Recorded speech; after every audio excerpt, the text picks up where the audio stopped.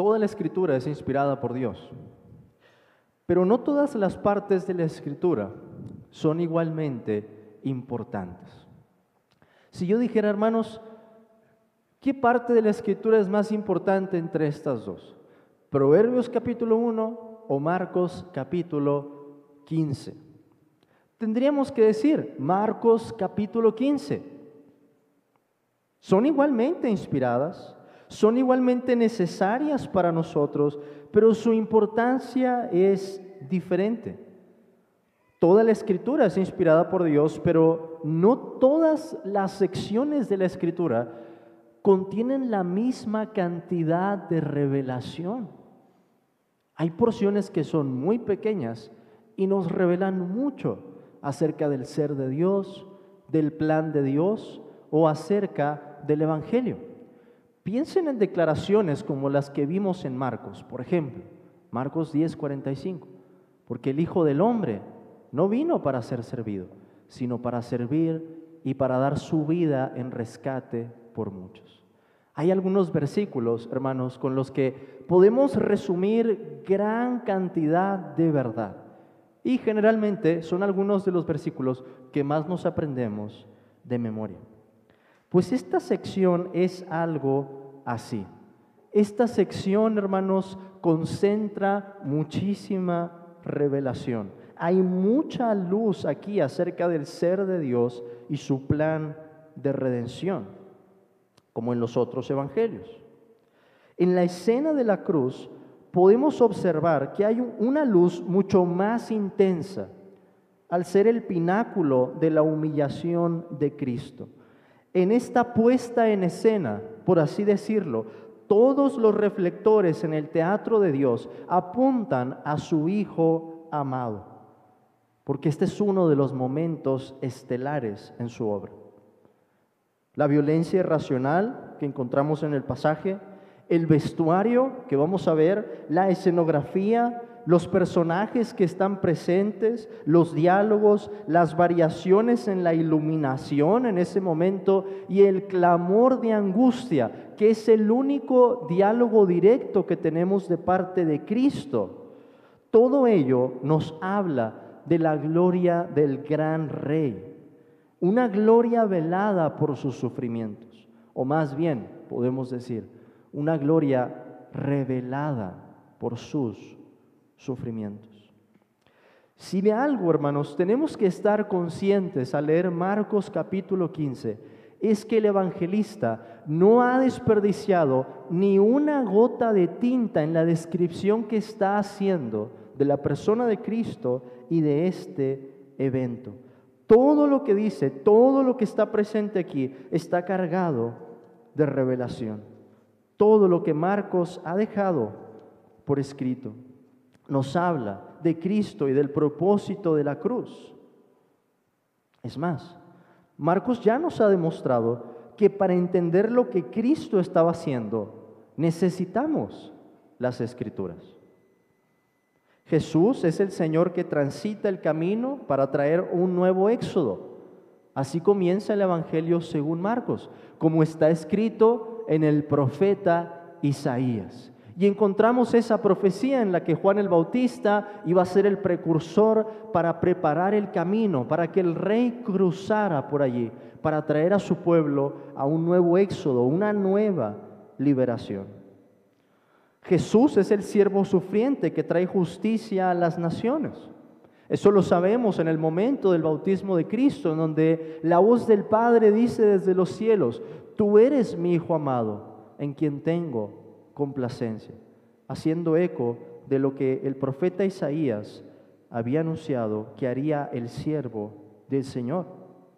Jesús es también el profeta anunciado por Moisés. Lo vemos en la transfiguración, cuando vimos que había dos personajes presentes en el monte junto con Cristo, cuando su apariencia cambió y el Señor empezó a resplandecer. Estaban allí con él Moisés y Elías, hablando acerca de Jesús. Jesús es el Hijo de Dios anunciado por David en el Salmo 110. Lo vimos en el capítulo 12, cuando después de haber confundido, ¿verdad?, a las multitudes que había allí, los fariseos, los saduceos, los diferentes grupos que se acercaron a Cristo, Jesús les hizo una pregunta. Citó el Salmo 110 y les dice: entonces, ¿cómo el Cristo es hijo de David? Y vimos, hermanos, que en esa referencia Jesús nos estaba enseñando que el Mesías es tanto hijo de David, por venir de su linaje, como el Hijo de Dios, de una misma naturaleza que Jehová. Jesús, por último, es el Hijo del Hombre de quien habló el profeta Daniel.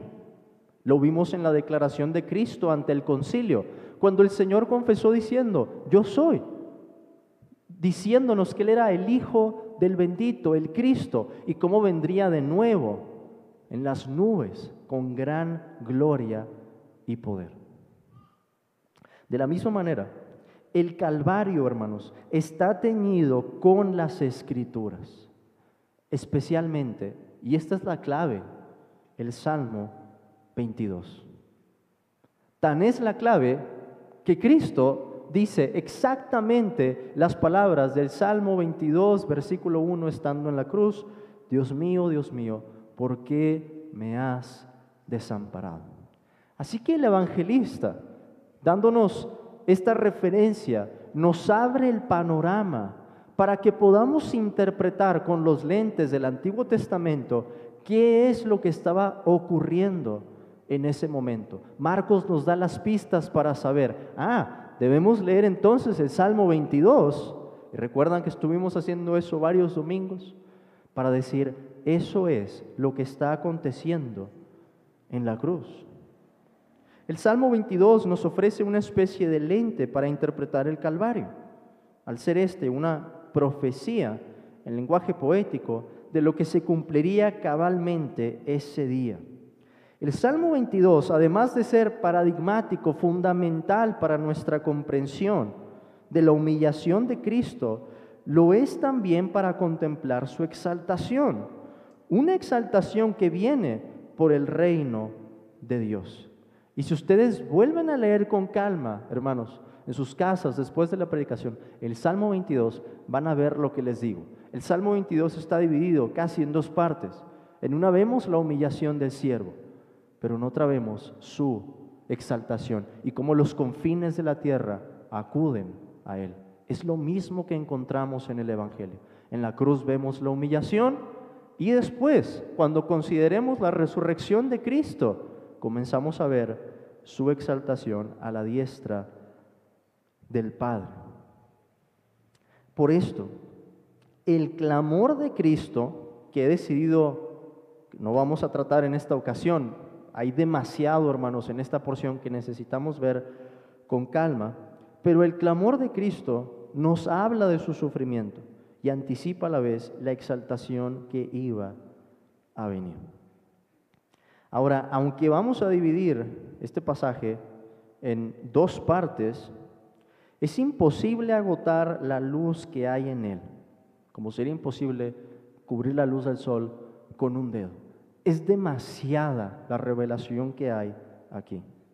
Sin embargo, quizás una pregunta fructífera para acercarnos correctamente a esta porción de la Escritura, con oídos para oír y ojos para ver, es la siguiente: ¿qué aporta a la revelación de Dios en Cristo cada uno de los elementos que encontramos aquí?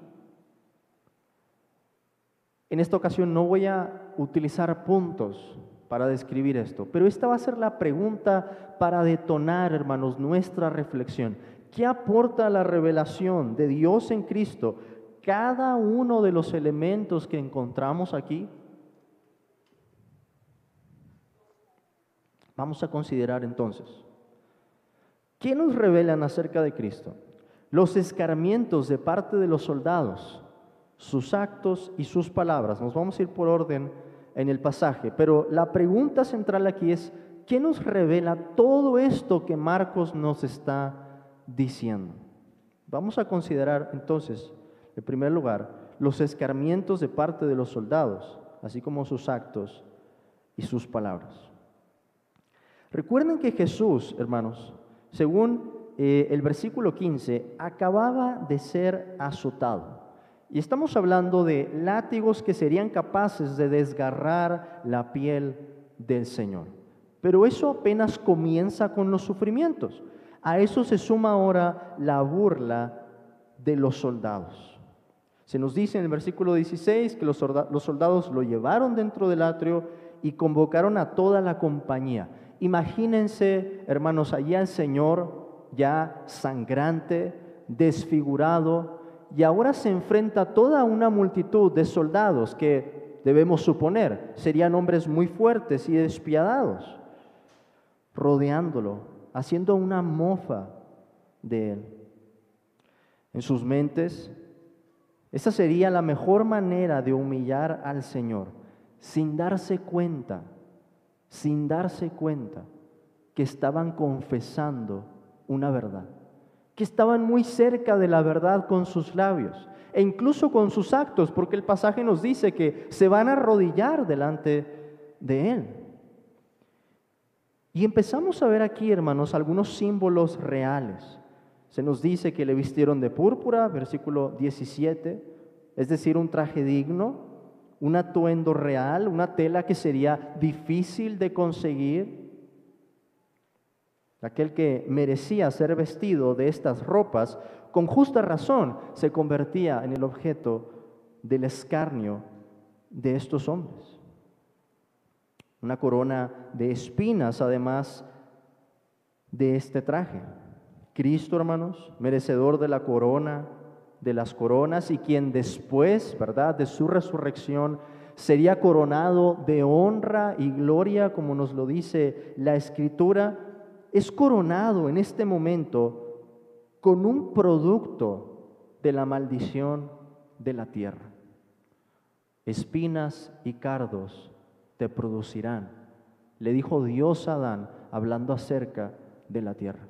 Un símbolo, hermanos, de cómo Cristo, como el Rey, al mismo tiempo sería el portador de la maldición para redimir no solamente a su pueblo, sino para redimir al cosmos entero, para traer una nueva creación, sobreponiéndose a esas condiciones adversas de la creación caída. Cristo llevaría la maldición de la ley, y eso se nos anticipa con la corona de espinas. Estos hombres decían además: salve, Rey de los judíos. Pensaban que esto sería algo gracioso, pero como he dicho, hay aquí una tremenda ironía. No podían ver en ese momento, ellos no tenían ojos para ver la verdad que estaban diciendo, y que el mismo Rey de los judíos era también Rey de los griegos y de los romanos. Nos dice además Marcos: y le golpeaban en la cabeza con una caña y le escupían, y puestos de rodillas le hacían reverencia.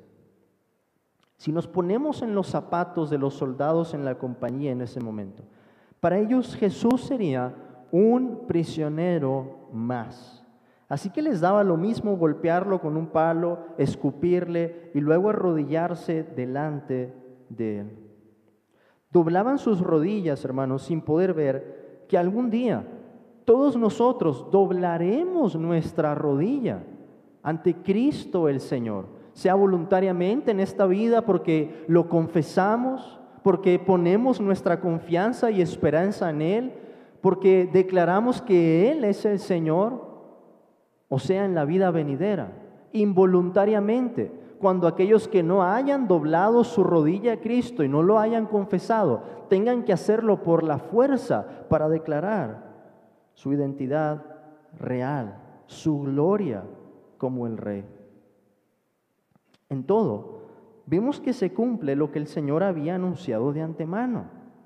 Él había dicho estas palabras, hermanos: le escarnecerán, le azotarán y escupirán en él, y le matarán, mas al tercer día resucitará. Cristo ya se los había dicho a sus discípulos cuando estaba con ellos en el camino, y ahora vemos el cumplimiento de esas cosas. Después de esto nos dice el versículo 20 cómo cambiaron las ropas del Señor, le quitaron la púrpura que traía y le pusieron las ropas que él traía puestas anteriormente, como un reo que ha perdido todas sus libertades. Así Cristo está siendo vestido por otros en este momento. Recuerden que los verbos que encontramos aquí tienen por objeto a la persona del Señor.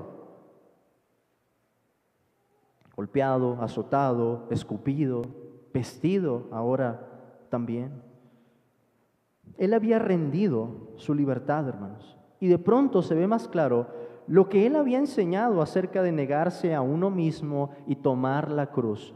Él estaba por cumplir esas mismas palabras. Jesús estaba por enseñarnos cómo es que uno se niega a sí mismo, cómo se toma la cruz, cómo se sigue la voluntad de Dios aún en el momento de mayor sufrimiento. Eso es lo que nos revelan el escarmiento de los soldados, sus actos y sus palabras. Ahora consideremos, hermanos, ¿qué nos revelan los acontecimientos? Y Marcos nos da unas horas, de la hora tercera hasta la hora sexta, que va a ser la parte en la que nos vamos a quedar, versículo 32. ¿Qué nos revelan esos acontecimientos desde el versículo 21 hasta el versículo 32? ¿Qué es lo que encontramos allí? En primer lugar, vean por favor el versículo 21. Se nos dice: y obligaron a uno que pasaba, Simón de Cirene, padre de Alejandro y de Rufo, que venía del campo, a que llevase la cruz. Tenemos la identificación de este hombre que se convirtió en ese momento involuntariamente en un testigo ocular de todo lo que estaba pasando. Él solamente venía del campo, probablemente iba o venía de trabajar, y de repente lo toman unos soldados y le dicen: oye, tú vas a cargar la cruz de este hombre. Por las indicaciones que tenemos, hermanos, que era de Cirene, era padre de Alejandro y de Rufo, que son mencionados en la carta a los romanos por el apóstol Pablo, probablemente este hombre se haya convertido en alguien que aportó información de lo que ocurrió en ese momento, y quizás podemos pensar un creyente. Ahora, ¿qué es lo que estaba haciendo este hombre cuando se nos dice que llevaba la cruz? Puede ser, hermanos, que él tuviera que llevar un travesaño que después se uniría a otro travesaño ya preparado en el lugar para levantar al Señor Jesús. O puede ser que cargara con una cruz completa en ese momento. Pero esto implica algo. Si alguien más tenía que llevar la cruz física en ese momento, es porque Cristo estaba muy cansado. Piensen en esto. Otra vez, ¿ha sido azotado ya? ¿No había dormido? Lo vemos siendo golpeado, ya no solamente en la espalda, sino siendo golpeado en su rostro, siendo escupido. El cansancio, hermanos, sobre el Señor sería mucho. Y yo creo que el Señor estaba pensando en cómo emplear sus fuerzas de la mejor manera para hacer todo lo que el Padre le había mandado hasta el fin. Si sumamos a eso la agonía en el Getsemaní, el conflicto o el juicio que sufrió en el concilio en la madrugada, el juicio con Pilato y el castigo que le habían propinado al Señor, probablemente esa haya sido la razón por la que otro hombre tuvo que ayudarlo. Pero nada iba a detener al rey de completar sus sufrimientos. Así que vemos ahora a continuación el lugar al que lo llevaron, un lugar llamado Gólgota, versículo 22, que traducido es el lugar de la calavera. Y aunque no podemos identificar este lugar con certidumbre, por su mención se nos recuerda que se trata de un lugar real, que probablemente la primera audiencia hubiera podido identificar para decir: yo sé dónde está ese lugar, yo sé dónde crucificaron a Cristo. Ahora, su nombre no conlleva la idea de que fuera un lugar agradable, y es muy paradójico que el autor de la vida fuera llevado al lugar de la calavera. Algo que nos recuerda que Cristo vencería la muerte con su propia muerte y abriría las puertas del paraíso, incluso estando en el lugar de la calavera. Se nos dice más adelante que al Señor le ofrecen esta bebida compuesta con vino mezclado con mirra, versículo 23, mas Él no lo tomó. Esta mezcla, hermanos, era un tipo de anestesia para disminuir el dolor de los prisioneros. Pero Cristo no lo toma porque Él necesitaba la plenitud de sus facultades, aún estando en ese dolor, para cumplir con sus sufrimientos. Aunque cansado, su mente estaba puesta en una sola cosa: glorificar a Dios en primer lugar y salvar a su pueblo, llevar a muchos hijos a la gloria. Además de eso, encontramos ahora sus vestidos, versículo 24, sus vestidos repartidos. Cuando lo hubieron crucificado, repartieron entre sí sus vestidos, echando suerte sobre ellos para ver qué se llevaría cada uno. Esto es parte, hermanos, de lo que había sido anunciado por el Salmo 22. Los soldados hicieron una especie de rifa con las ropas de Cristo. El Señor pendía en la cruz, además, con toda probabilidad, sin ningún vestido. Adán estaba desnudo en el huerto. Él quiso cubrirse con hojas de higuera y Dios lo cubrió con pieles. Pero Cristo fue despojado de sus ropas para llevar nuestra vergüenza y sufrir el mayor oprobio, para después vestirnos con su justicia. Encontramos también allí el título. El título sería la causa por la que una persona era enviada a la cruz. Y Pilato había escrito estas palabras: el Rey de los Judíos. Pilato, de manera inconsciente otra vez, queriendo burlarse de los judíos, él mandó escribir una gran revelación en 3 lenguas, según lo sabemos por otro evangelio, para que todos lo vieran.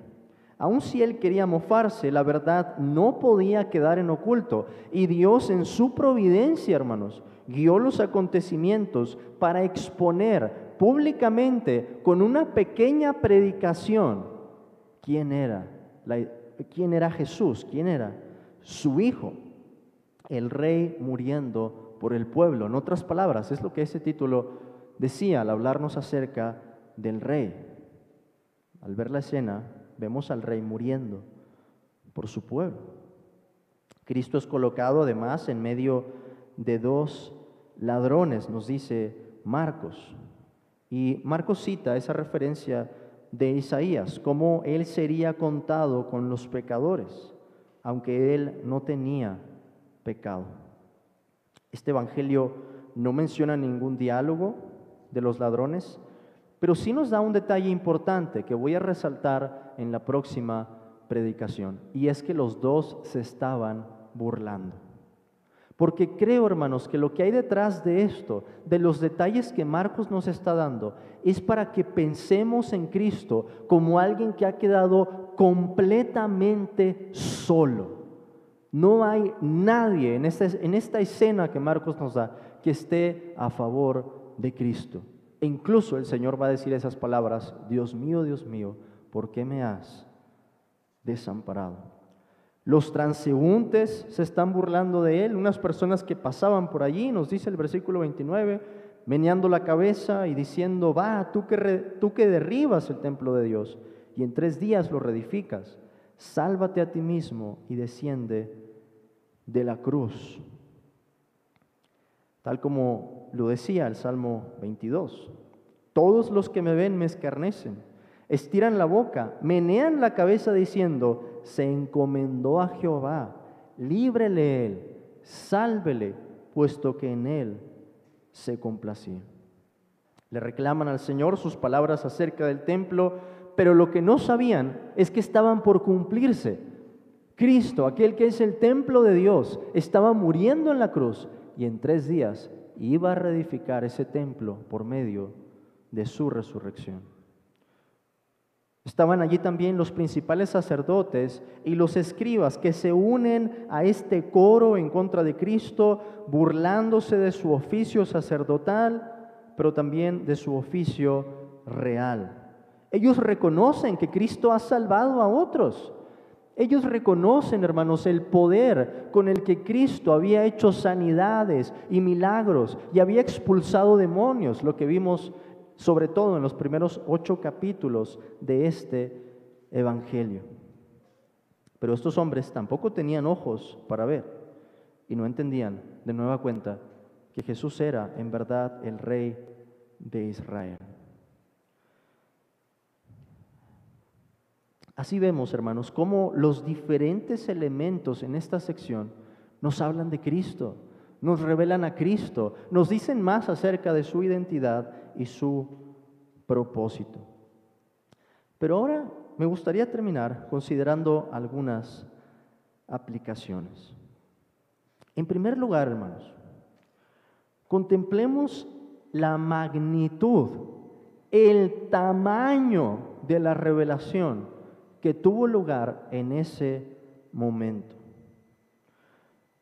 Los siervos de Dios habían esperado el cumplimiento de esta promesa desde tiempos antiguos.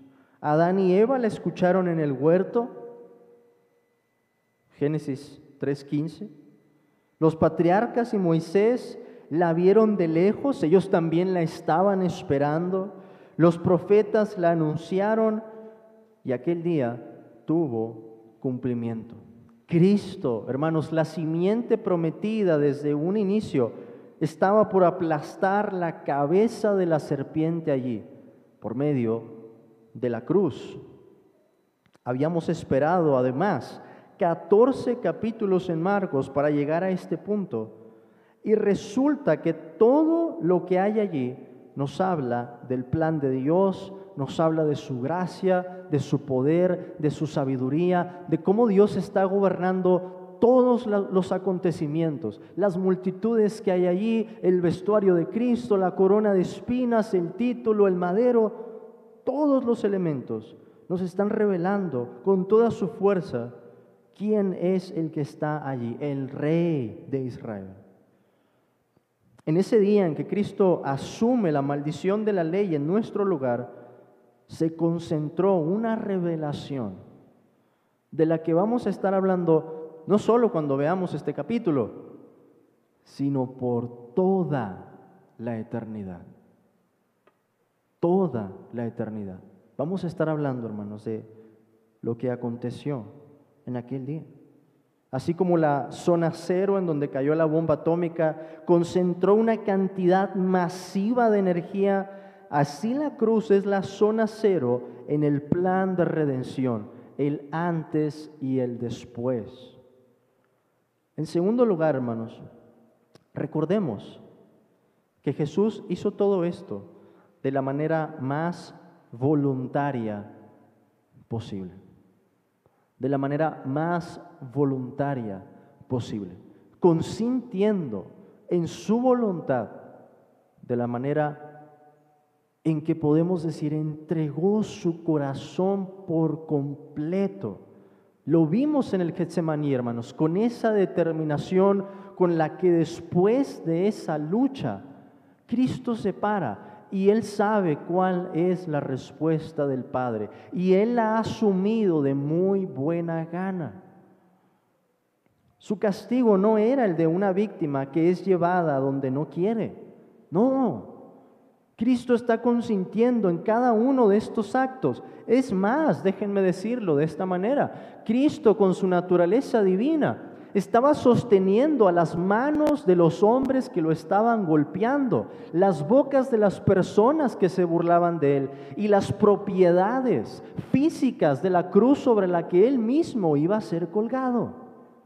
Esto es parte del misterio de la encarnación. Cristo estaba sosteniendo todo esto con la palabra de su poder, al mismo tiempo que se rendía para morir en la cruz. tal como lo dice Isaías capítulo 50. Jehová el Señor me abrió el oído, y yo no fui rebelde, ni me volví atrás. Di mi cuerpo a los heridores, y mis mejillas a los que me mesaban la barba. No escondí mi rostro de injurias y disputos, porque Jehová el Señor me ayudará. Por tanto, no me avergoncé. Por eso puse mi rostro como un pedernal, y sé que no seré avergonzado. Esas son las palabras del Mesías, reveladas de antemano, la actitud con la que Cristo estaba enfrentando sus sufrimientos. Había un gozo puesto delante de él. Jesús hizo todo esto, hermanos, de la manera más voluntaria. Esa es la clase de amor que nos ha mostrado. Por último, aprendamos de la naturaleza del reino de Dios, en lo que encontramos aquí. El oficio real de Cristo sobresale en el pasaje. La palabra rey de los judíos o el título rey de los judíos se repite 6 veces en el Evangelio según Marcos, empezando con las palabras de Pilato. Rey de los judíos, rey de los judíos. Marcos no quiere que pasemos esto desapercibido. El hecho de que el rey hubiera sido crucificado nos enseña más de su reino. El rey triunfó. Pero ¿cómo es que lo hizo? Lo hizo por medio de su sufrimiento. Hermanos, así funciona el reino de Dios. Somos más que vencedores por medio de aquel que nos amó. Pero ¿saben ustedes cuál es la manera en que vencemos? En hambre, en peligro, en tribulación, en escasez, en espada. En todas estas cosas, dice Pablo, somos más que vencedores por medio de aquel que nos amó. Hermanos, ¿por qué a menudo pensamos en la vida cristiana que podemos vivir sin sufrimiento? Que el sufrimiento no va a llegar, no va a tocar la puerta de nuestra vida. A otros les pase quizás, pero no a nosotros. ¿Por qué a nosotros? ¿Por qué nos pasaría a nosotros? Pero hermanos, al volver a ver el Evangelio, tenemos este consuelo. Es algo que podemos esperar, es algo que debemos esperar. Pero cuando llegue podemos decir, es algo que mi Señor llevó. Y por esto ahora los sufrimientos que padecemos cobran un propósito muy distinto. Los podemos llevar para la gloria de Dios. Son sufrimientos que nos identifican con Cristo. Así que hermano, hermana, cuando el dolor aumente, acuérdate de lo que Él padeció por ti. Acuérdate de la clase de dolor, de angustia que Él sufrió por ti, para que eso te fortalezca y puedas decir, Señor, si tú quieres quitar esta enfermedad, si tú quieres quitar este dolor, sería más agradable para mi cuerpo en este momento. Pero si esta es la manera en que puedo identificarme con los sufrimientos de tu Hijo y darte gloria, Señor, que así sea, que sea tu voluntad. Los sufrimientos de Cristo por nosotros han traído salvación. Y Dios usa los sufrimientos que padecemos para nuestra santificación. De tal manera, hermanos, que la cruz es el camino. No hay otra manera. Nuestro Salvador nos lo ha enseñado así. No hay otra forma de vivir la vida cristiana. Nosotros los cristianos no vivimos buscando el sufrimiento. Pero cuando éste llega, Dios sí nos ha llamado a que tengamos una actitud diferente. No una actitud temeraria, no una actitud de una valentía pecaminosa, sino una resignación humilde. Unámonos entonces, en un sentido espiritual, a Simón de Cirene en aquel momento, para llevar la cruz voluntaria y pacientemente,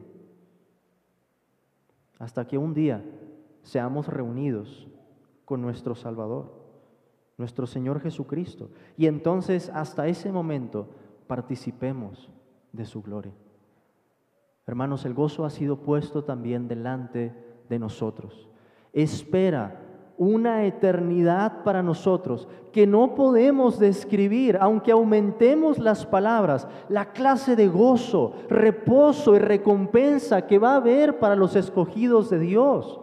Toma ánimo, hermano, hermana, en tus sufrimientos y espera hasta ese día, lo que tenga que pasar, con tal de que puedas ver la gloria del Rey en todo su esplendor y decir: Señor, este es el momento para el que había estado esperando. Señor, conceda que sea así, y que si tú estás aquí y aún no lo conoces todavía, puedas confesar en esta misma tarde que Jesús es el Rey, es el Señor sobre tu vida. Amén. Oremos.